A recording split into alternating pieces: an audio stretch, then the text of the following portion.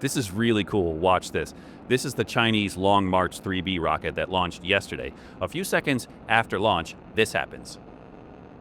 The rocket was fine and it continued on its journey, but this rocket has some crazy history and it's pretty insane. Let's go back to February 15th, 1996, a hotel roof in Jiangxing, China, 3 miles from the launch pad. American engineers stand there with drinks in their hands. Some of them are wearing their lucky t-shirts, and on this day, China is launching its newest rocket for the very first time, the Long March 3B, loaded with an American satellite worth tens of millions of dollars. It's part of a 1992 deal with Intelsat. They want to launch a satellite called Intelsat 708 on a brand new Chinese rocket, cheaper than the Europeans and cheaper than the Americans, and it's half the price. The only problem is the rocket's never flown before. China even builds a little superstition into it. In Chinese culture, the number 3 means good luck, so they delay the launch from 2:51 a.m. to 3 a.m. just to line it up right. It didn't help. At 3:01 a.m., the Long March 3B lifts off the pad. For 2 seconds, it looks fine.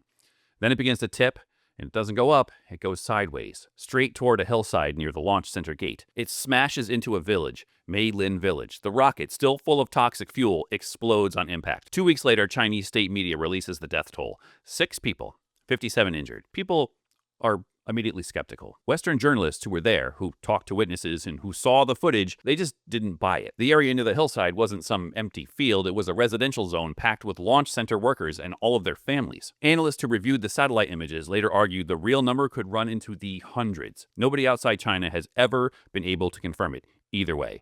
And to be clear, this isn't settled history either. It's disputed, and it's pretty likely to stay that way. Which honestly says a lot on its own. When a government controls every camera, every report, every number that gets released, you don't get facts, you get a sterile press release. Investigators from Intelsat and Loral, the American companies involved, helped China figure out what went wrong. It turned out to be a guidance failure, but when details of that investigation made their way back to Chinese engineers, the US government got involved. Someone had handed over information they probably shouldn't have. Congress opened an investigation. Satellite technology got reclassified as a weapon overnight, which meant it fell under the same export restrictions as missiles and warheads. American companies were suddenly barred from sending that kind of tech to China at all. So one rocket crash in a village most Americans had never heard of ended up reshaping U.S. trade law. And the rocket itself, it didn't get scrapped. Engineers fixed the guidance system. Long March 3B kept on flying. It went on to launch some of China's biggest missions, including Chang 3, the country's first lunar rover. Now fast forward to yesterday, July 23rd, 2026, the same rocket family gets struck by lightning 30 seconds after liftoff.